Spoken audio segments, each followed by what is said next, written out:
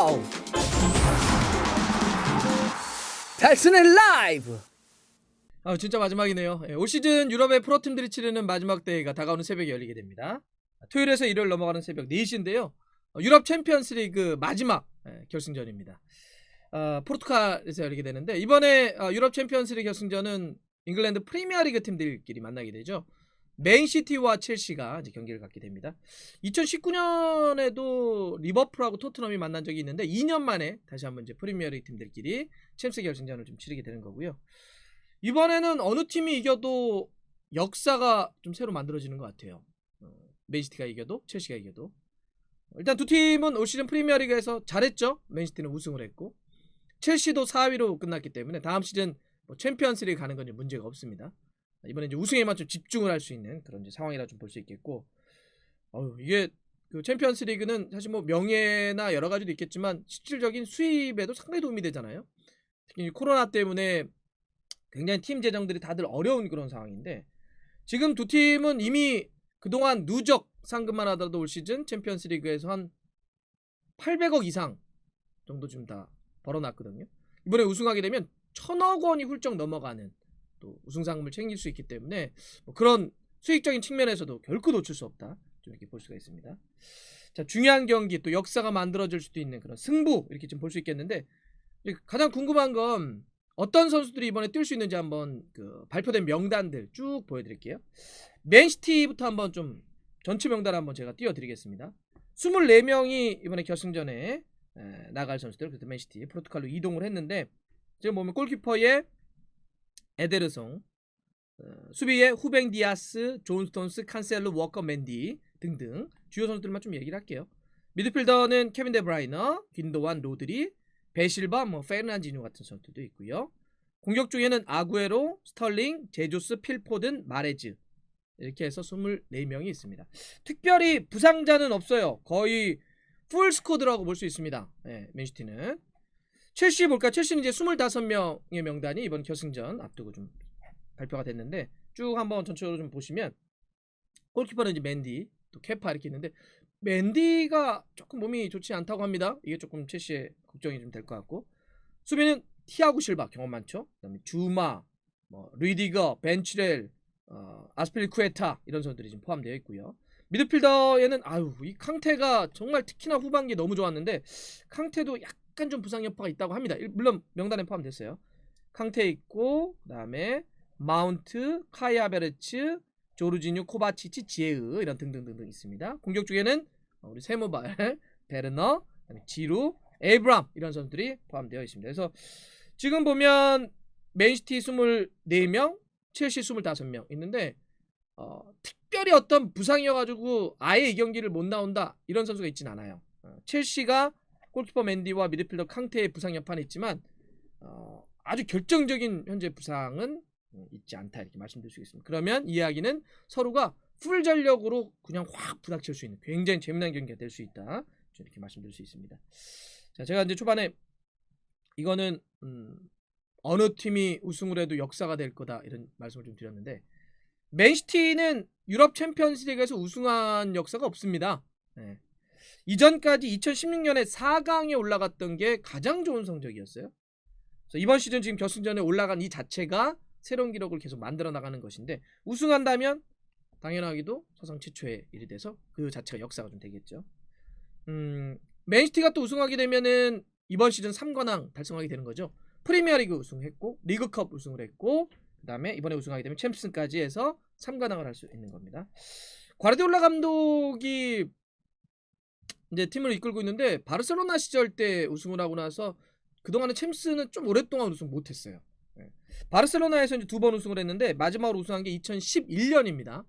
이번에 우승하게 되면 과르디올라 감독 입장에서는 10년 만에 유럽 챔피언스 리그 우승 트로피 빅 이어를 들어올리게 되는 겁니다. 자, 첼시로 한번 가볼까요? 첼시는 2012년에 유럽 챔피언스 리그 우승한 게 딱 한 번 있습니다.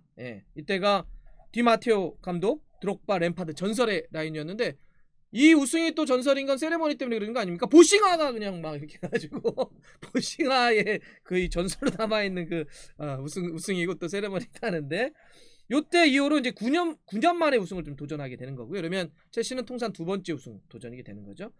결승전은 이번이 3번째 올라온 겁니다. 네. 지난번에 우승했을 때 이번, 그리고 그 전에 2008년에 모스크바 맨유랑 붙었을 때 우리 해버지의 기억으로 강한 그 대회죠. 이때 이제 포함을 해서 이번이 통산 3번째 유럽 챔피언스 결승에 올라온 첼시입니다. 투엘 감독 참 대단하죠. 투엘 감독이 이번에 우승을 이끌게 되면 투엘 감독이 챔피언스리그 첫 우승인데, 이게 정말 놀라운 것이 시즌 초반은 램파드 감독이었다가 중반에 팀을 이어받아가지고 팀도 챔피언스리그 순위권인 프리미어리그 4위, 만약에 챔피언스리그 우승시킨다? 이건 정말 이런 일이 전례가 없을 겁니다. 어마어마한 그런 기록이고, 특히나 투엘은 지난 시즌 때도 파리 생제르맹을 이끌고 결승에 갔는데 각기 다른 팀을 이렇게 연달아서 결승전에 이끌어간다는 것도 역사이기 때문에 첼시의 투엘 감독이 우승해도 이것도 하나의 역사이다. 좀 이렇게 볼 수 있습니다. 이런 역사적인 현장을 지금 지켜보기 위해서 지금 각기 팬들 6,000명씩이 지금 날아갔다는 거 아닙니까?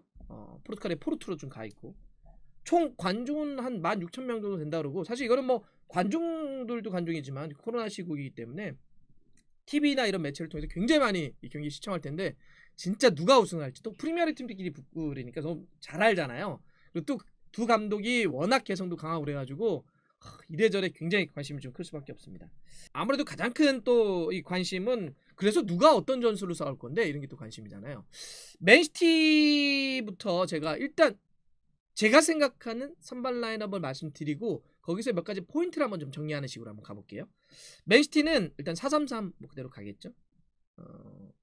첼시 쪽 얘기할 때도 말씀드리겠지만 이 경기는 둘 다 퍼스트 나인으로 나올 공산이 높다고 봅니다. 어떤 스트라이커를 세운다든지 이런 게 아니라 미드필더 유영희 선수를 세워놓는 퍼스트 나인, 혹은 2명의 퍼스트 나인을 세우는 더블 퍼스트 나인의 가능성도 높다. 왜냐하면 투엘 감독과 과르디올라 감독은 이미 올라오는 과정에서 더블 퍼스트 나인으로 재미를 봤기 때문에, 지난번에 프리미어리그 막 이렇게 만나고 또 FA컵에서 최근에 만나고 이럴 때는 약간 서로가 사실은 좀 감추는 게 있더라고요. 특히 프리미어리그 후반기 때는. 근데 이 경기 때는 아마 가장 좋았던 그런 더블 퍼스트 나인이라든지 퍼스트 나인 전술로 나올 공산이 높다. 그런 점에서 맨시티는 최전방에 김덕배, 케빈 데브라이너를 가짜 스트라이커로 놔둬놓고요. 좌우에 필 포든과 마레지를 세울 공산이 높습니다. 그러니까 여기 아구에로가 있긴 있죠. 제주스도 있는데 이 선수들보다는 이렇게 선발 라인업을 구성될 가능성이 높다. 사실 뭐 그러니까 이야기적인 관점으로 놓고 보자면 아구에로가 이제 굿바이 마지막 경기이기 때문에 뭐 선발로 이어주는 이런 게 있겠지만, 이거는 이겨야 되는 경기이기 때문에 아마 가장 좋은 형태의 이런 퍼스트 나인 전술이 나오지 않을까 좀 보이고요. 허리 쪽은 귄도안, 베실바, 로드리, 6번 롤에 이제 로드리를 좀 세울 것 같습니다. 아니면 이 자리에 이제 페르난지뉴에 대한 고민도 좀 있어요. 네, 지금 일단 전 로드리를 놓을게요. 그리고 수비 라인은 왼쪽부터 진첸코, 뭐 센터백은 뭐 여기는 그냥 불변이죠. 프리미어리그 올 시즌 최고의 선수 후뱅 디아스, 파트너는 존 스톤스, 오른쪽 워커, 골키퍼는 이제 에데르송 이렇게 놓겠습니다. 일단 맨시티의 여기서 이제 중요한 거는 제 생각에는 이 가짜 9번 전술이 얼마큼 잘 먹힐 것인가, 이게 있고, 또 하나는 이 허리 쪽에 있어서의 로드리가 사실 올 시즌 꾸준한 폼은 아니었어요. 좋을 때와 안 좋을 때가 조금 나눠져가지고 그때 그래서 이제 페르난지뉴가 들어오고 막 그랬었거든요. 그래서 로드리의 폼이 얼마큼 더 좋을 것이냐, 이게 좀 봐야 되고, 또 하나는 이제 이 첼시가 양쪽 윙백, 측면 쪽 사이드 공격이 좋기 때문에 진첸코와 워커 쪽에서의 어떤 불안 여지가 있을 수 있습니다. 상대적으로 뭐 후뱅 디아스나 존 스톤스는 상당히 강한데 양쪽 사이드가 벌어지게 된다면 상당히 좀 위험할 수도 있다. 그래서 이쪽 측면 쪽이 어떻게 될 것이냐. 전체적으로는 시티는 일단 볼 점유 오래 하면서 굉장히 공격적으로 싸울 공산이 높습니다. 스타일대로 갈 겁니다. 과르디올라 감독이 올 시즌부터는 이제 그런 거 안 하잖아요. 막 이상한 거 실험해가지고 명장뼈 이런 거 좀 고치지 않았습니까? 그래서 원래 잘하는 거 갑자기 안 했던 거 하기보다는 좀 잘했던 거를 좀 지속적으로 하면서 볼 점유하면서 좀 더 공격적으로 싸울 공산이 높다. 이렇게 좀 정리드리고요. 첼시로 가보면 첼시는 일단 여기도 제가 말씀드렸던 퍼스트 나인인데, 그래서 카이 하베르츠가 쓸 공산이 있어요. 그 뒤에 한번 다 정리한 다음에 말씀드릴게요. 카이 하베르츠 놓고 양쪽에 베르너와 마운트를 이렇게 세워놓습니다. 약간 전체 포메이션은 3, 4, 2, 1이죠. 그러니까 카이 하베르츠를 놓고 그 약간 아래에 베르너와 마운트를 놓는 그런 포메이션입니다. 여기도 사실 뭐 지루라든지 에이브라함이 있음에도 불구하고 카이 하베르츠 놓을 공산이 있다. 그다음에 이제 거기 4명 자리에는 벤츄렐, 캉테, 조르지뉴, 리스 제임스. 백스리가 상당히 강한, 그래서 지금 수비력이 굉장히 좋은 첼시인데 루이디거, 티아고 실바, 아스펠리쿠에타, 골키퍼 맨디가 일단 이렇게 쓸 것 같습니다. 첼시를 좀 봐야 되는 포인트는 말씀드렸던 것처럼 카이 하베르츠의 퍼스트 나인 전술과 그러면서 뭐 마운트라든지 베르너가 결합되게 되면 더블 퍼스트 나인까지도 갈 수 있다. 이렇게 쓰는 거는 이제 기본적으로 지금 지루나 에이브라함을 바로 쓰기에는 전방에 그렇게는 안 할 것 같아요. 좀 약하다는 판단할 거고, 베르너도 여기에 놓게 되면 베르너가 밀집되어 있는 공간에서 뭔가 풀어나가는 게 어려움이 있기 때문에 여기는 오히려 카이 하베르츠의 능력은 뭐냐면 굉장히 지속적인 주력, 그 활동량을 가지고 계속 같은 속도로 엄청나게 띄워주는 힘을 갖고 있다는 거거든요.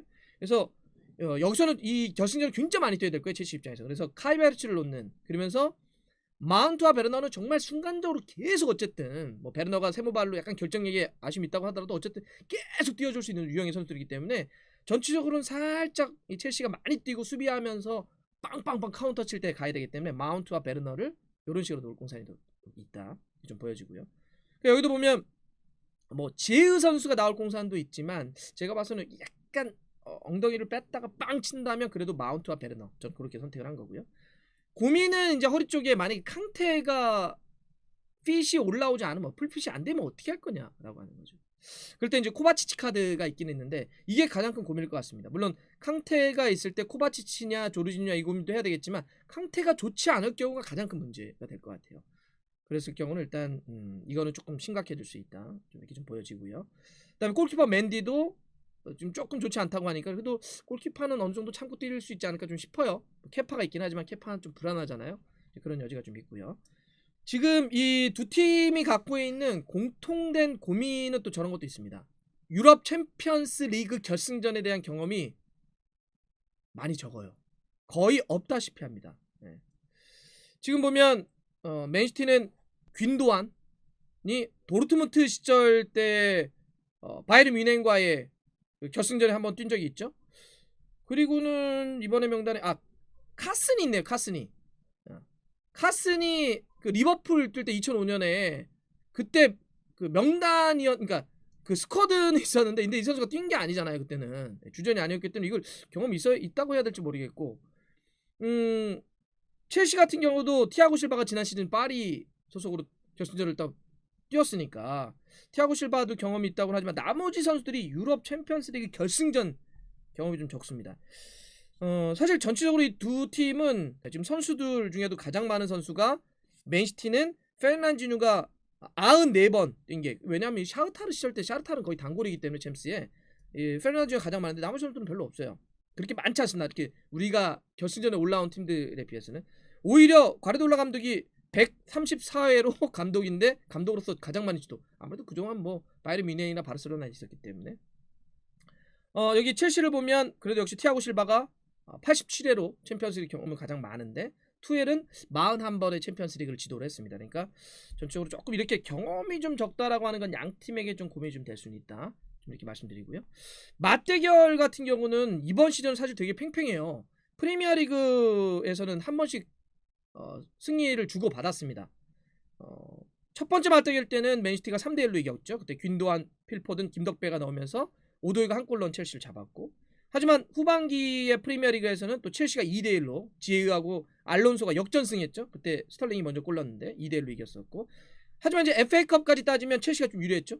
좀 앞섰습니다. 첼시가 1대0으로 맨시티를 지에우 골로 좀 앞섰는데, 근데 이 두 팀이 유럽 대회에서는 진짜 오래간만에 만나요. 컵 위너스컵에서 1971년에 만나고 첼시가 두 개 다 이긴 적이 있습니다. 그리고 50년 만에 유럽 대회에서는 지금 맞대결을 펼치는 건데, 여러 가지 뭐 지금 맞대결 결과라든지 이렇게 놓고 봤을 때 이것도 어떻게 될지 잘 모르는 그런 승부가 좀 될 것 같고요. 이 두 팀의 약간 상성이라고 하는 측면으로 좀 놓고 보자면 이런 게 있을 것 같아요. 펄스 나인으로서 김덕배냐 카이 하베르츠냐 요 싸움이 좀 될 것 같고, 그다음에 신성으로의 영플레이어 대결은 필 포든이냐 마운트냐 이 싸움이 좀 될 것 같습니다. 그리고 이제 허리 쪽에서는 좀 불안 여지가 역시 로드리에 대한 염려, 캉테에 대한 염려 좀 이렇게 될 것 같고요. 하지만 수비는 정말 두 팀이 어마어마하기 때문에 이 승부 골 넣기 어려울 수도 있다 이런 느낌이 좀 들어요. 후뱅 디아스와 존 스톤스 올 시즌 프리미어리그 최고의 라인업이었고, 류디거와 티아고 실바, 아스필리쿠에타도 투엘 감독에서 백스리로 가면서 정말 최고였거든요. 이 중앙 수비 쪽에서 이 싸움은 정말 볼만할 겁니다. 가장 불꽃이 튀길 텐데, 올 시즌 진짜 기가 막힌 게 맨시티가 챔피언스리그에서 12경기를 치렀는데 11승 1무 무패입니다. 이번 시즌 챔피언스리그에서 유일하게 지금 무패를 달리고 있는 팀이 바로 맨시티인데, 만약 우승하게 되면 무패 우승입니다. 비아레알도 그랬었죠. 유로파리그에서. 그런데 무서운 게 맨시티가 12경기에서 25골을 넣었는데 4실점을 하면서 이게 공동 최소 실점 1위인데 그 공동 1위가 누구냐? 바로 첼시예요. 첼시도 12경기에서 8승 3무 1패인데 22골. 뭐 골은 사실 그렇게 큰 차이가 안 나는데 두 팀이 실점이 40점밖에 되지 않아요. 네. 어마어마하죠? 바로 이 백스리의 또 공헌이 또 큽니다. 이 후반기에 특히나. 그래서 이렇게 두 팀이 어떤 전술적으로 펄스 나인, 그다음에 신성의 대결, 그다음에 이 중앙 수비 라인의 대결 이런 것도 상당히 좀 재밌을 것 같고 몇 가지 또 우려스러운 것도 있는데 어떻게 될까요? 야, 이거는 정말 마지막인데 진짜 재밌을 것 같아요. 예측하기 정말 저는 쉽지 않다 봅니다. 이거 골 많이 나? 이러면 또 골 많이 날라나? 저는 좀 많이 안 터질 것 같고, 정말 많이 골차 나면은 2골 차고 한 골 승부가 굉장히 가능성이 높다. 저는 이렇게 개인적으로 좀 보는데 여러분도 어떠신가요? 네. 일요일 새벽 4시입니다. 저는 안 자고 버팅기다가 좀 볼래요. 여러분도 함께 보시죠. 네.